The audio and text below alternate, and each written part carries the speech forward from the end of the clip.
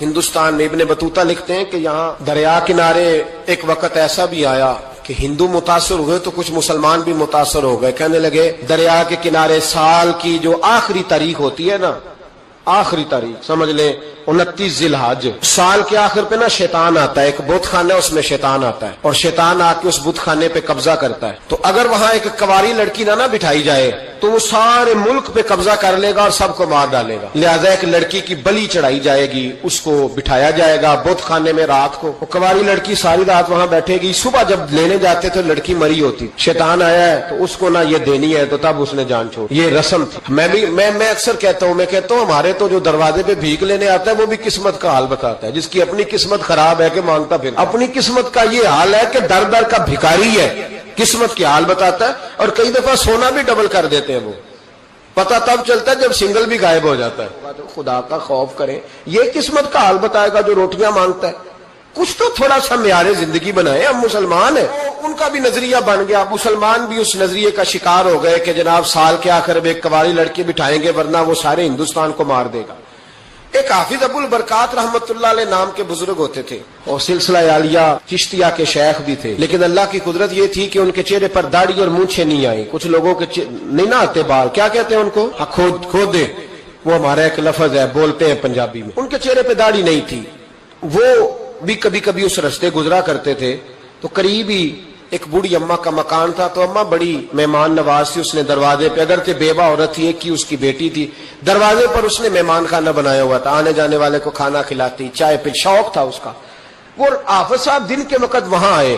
اماں بڑا رو رہی تھی، کھانا بھی نہ ملا، چائے بھی نہ ملی. تو کہنے لگے میں تو اس رستے اس لیے آیا تھا کہ یہاں ٹھہروں گا، مہمان نوازی یہاں اچھی ہوتی ہے. ہوٹل تو ہوتے نہیں تو مہمانوں کو مہمان خانوں میں ٹھہرنا پڑتا تھا. تو اماں کدھر ہے؟ تو کہا اماں بڑی پریشان ہے. حافظ جی نے کوشش کی، نیک آدمی تھے، کہ اماں سے ملاقات ہو جائے. حافظ جی کا کمال یہ تھا کہ حافظ اتنے پکے تھے کہ ایک جگہ بیٹھ کر قرآن پاک شروع کرتے تھے اور وہی سارا ختم بھی کر دیا کرتے. اتنی پکی منزل کے حافظ تھے. تو حافظ ابو البرکات صاحب وہاں بیٹھے. وہ اماں، کوئی بزرگ تھے حافظ صاحب، وہ اماں سے کسی طریقے ملاقات کی تو اماں ملتے ہی رونے لگی چیخے مار کے. اماں کیا ہوا؟ کہنے لگی حافظ جی ایک کی بیٹی ہے، خاوند فوت ہو گیا تو میں نے نکاح نہیں کیا، ایک بیٹی کے نام ساری زندگی کر دی. یہاں نا اب بت خانے میں میری بیٹی کو بٹھایا جائے گا. مسلمانوں کے بھی، کچھ مسلمانوں کے بھی ہمارے گاؤں کے نظریات کمزور ہو گئے. یہاں بچی کو بٹھایا جائے گا اور سویرے وہ مر جائے گی میری بیٹی. قرآن اندازی ہوئی ہے تو میری بیٹی کا نام نکل آیا. اب بیٹی کو جانا ہی پڑے گا. یہ ہمارے ان کچھ علاقوں کا طریقہ ہے. حافظ جی کہنے لگے اماں تو اس طرح کر، میں لوگوں کو سمجھاتا ہوں کہ یہ غلط ہے، شریعت اس کو پسند نہیں کرتی. تو میرے ساتھ انہوں نے کہا یہ لوگ نہیں مانیں گے، بہت سارے ہندو بھی ہیں، بہت سارے مسلم بھی ہیں، تو گڈمنڈ ہو گئے نظریات، یہ تھوڑی مانیں گے. حافظ جی کہنے لگے اماں پھر ایک اور حل بھی ہے، میرے چہرے پہ کون سا داڑھی ہے، تو بیبیوں والے کپڑے مجھے دے، آج میں بیٹھتا ہوں وہاں دیکھتا ہوں کون سا شیطان آتا ہے. عقیدہ مضبوط ہو نا. اقبال کیا کہتے ہیں ارادے جن کے پختہ ہو، نظر جن کی خدا پر ہو، تلا تم خیز موجوں سے وہ گھبرایا نہیں کرتے. کہا مجھے دو کپڑے بیبیوں والے، میں بیٹھتا ہوں. اماں کہنے لگی وہ شیطان واقعی آتا ہے. آج تک جتنی بچیاں گئی ہیں سویرے مردہ ملی ہیں. بڑی سمجھنے والی بات ہے، غور کرنا. جتنی گئی ہیں ساری مردہ آئی ہیں.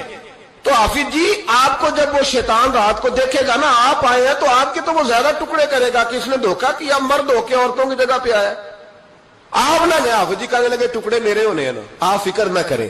دریا کنارے بت خانہ تھا. حافظ جی عورتوں والا لباس پہن کے وہاں بیٹھ گئے. حافظ صاحب کہتے ہیں 3 دفعہ میں نے رات کو باہر نکل کے دریا پہ وضو بھی کیا. ساری رات میں نے قرآن پاک پڑھا اور جب فجر کا وقت ہوا تو باہر نکل کے میں نے اذان پڑھی. لوگ آئے تو میں نے جماعت کرائی.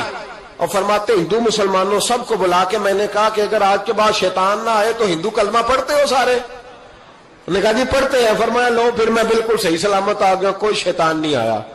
کہتے سب ٹھیک ہو گیا.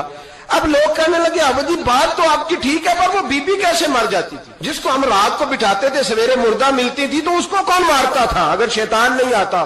حافظ جی سمجھانے لگے کہ شیطان وسوسہ دیتا ہے پر زندگی موت اس کے ہاتھ میں. وسوسہ دیتا ہے، جتنی اس کو گنجائش ہے وہ کرتا ہے. کہا پھر وہ بی بی کیسے مرتی تھی؟ تو حافظ جی نے ایک بہت بڑی بات سمجھائی. کہنے لگے اصل بات یہ، جس آدمی کو پتا ہو نا میں نے سویرے مر جانا ہے وہ ڈر سے ہی مر جاتا ہے.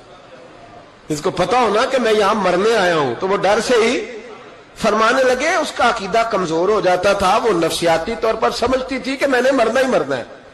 تو خوف ہوتا تھا، کوئی قریب نہیں آتا تھا، دریا اور جنگل دائیں بائیں، تو صبح تک اس عورت کا دل بند ہو جاتا تھا، تو وہ خوف سے ہی اسے کوئی شیطان نہیں مارتا تھا۔